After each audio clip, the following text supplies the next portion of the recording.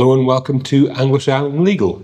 My name is John. I'm a practicing British and international lawyer, backed up by in-house Thai lawyers, barristers, accountants and consultants. As a client affairs manager, my job here is quite simply to convey advice to the expat community and advice to our clients. Today we're here to speak about a very topical issue of, can I open a bank account in Thailand? We see this in all the forums, we get these questions asked all the time, and as you all know from living and visiting here, the landscape with banking has changed dramatically over the past 12 months. So, opening a bank account in Thailand. Legal compliance for property in 2026. A local bank account is not just for convenience, but it's a legal requirement for property buyers. To register a condominium or other land at the Land Office, you must present a Foreign Exchange Transaction Form, an FETF, which only a Thai bank can issue to prove that the funds were remitted from abroad in foreign currency. Obviously, having a Thai bank account allows you digital integration, cost effective for this. It also stops you having to use your ATM cards to withdraw funds from overseas and the charges that go with it. But there are certain categories of people who can, and certain categories of people who can't open an account. So the visa categories and the eligibility hierarchy for 2026. In 2026, your visa acts as your financial golden ticket. Banks follow strict three-tier systems. Tier 1, which is guaranteed. Holders of long-term resident visas, LTR, Thailand Privilege and Elite visas, Non-Imm B, work visas, retirement and marriage visas on the Non-O system face the fewest hurdles. Tier 2 is a case-by-case. This is things like student visas, non-education visas, Muay Thai, etc., etc. They also require an official letter from the school or organisation. Tier 3 restricted. Standard tourist visas, visa on arrival and DTV visa holders are currently classed as tourists and are widely rejected for new opening of accounts. However, there is a pathway, the property ownership pathway. If you own property but lack a long-term visa, you still have options, primarily with, we're told, Bangkok Bank. They will require proof of investment. You may be able to open an account by presenting a signed sale purchase agreement or your condominium title deed. If the condominium is going through development, developer support is also required.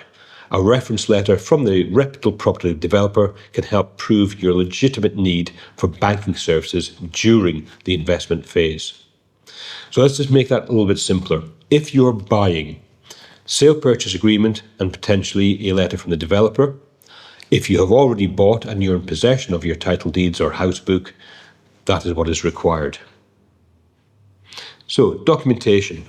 Primary ID is obviously going to be your original passport with at least 6 months validity. Proof of address. A certificate of residence from the Thai immigration is the gold standard. To obtain this, if you're in rented property at the moment, your landlord must have filed a TM30 form reporting your residence. A Thai mobile SIM registered in your name is mandatory for activating mobile banking applications. Now, depending on the banks, they may request you to put in initial funds. That can be anything from 500 to a couple of thousand baht into your account. Which bank to select? Now, we're not affiliated to any banks, and this is just purely research that we've conducted with speaking to the banks, looking at the websites, and looking at what they do and offer for clients. Bangkok Bank, this is a top choice for property investors and foreign currency accounts.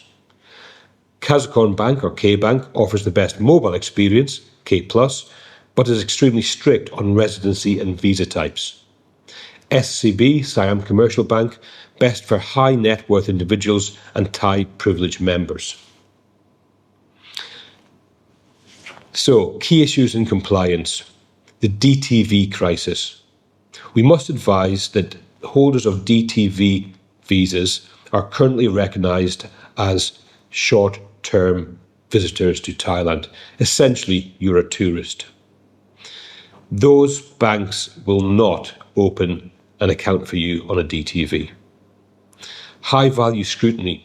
For property transfers or any transfers over $200,000 or more, the Bank of Thailand requires banks to manually verify supporting documentation like a sales purchase agreement for every transaction.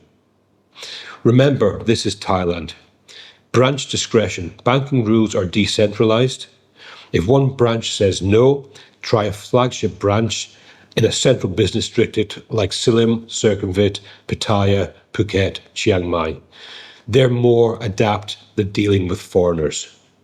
So whilst this information is to put out there that there is still avenues to open a bank, if you have visas, if you have property, etc., please remember, although the bank's head offices say yes, we can, some say no, the decentralized system means every branch can operate at a different level. So, we wish you luck with opening accounts. Remember, if you have property or buying property, it's going to make it easier.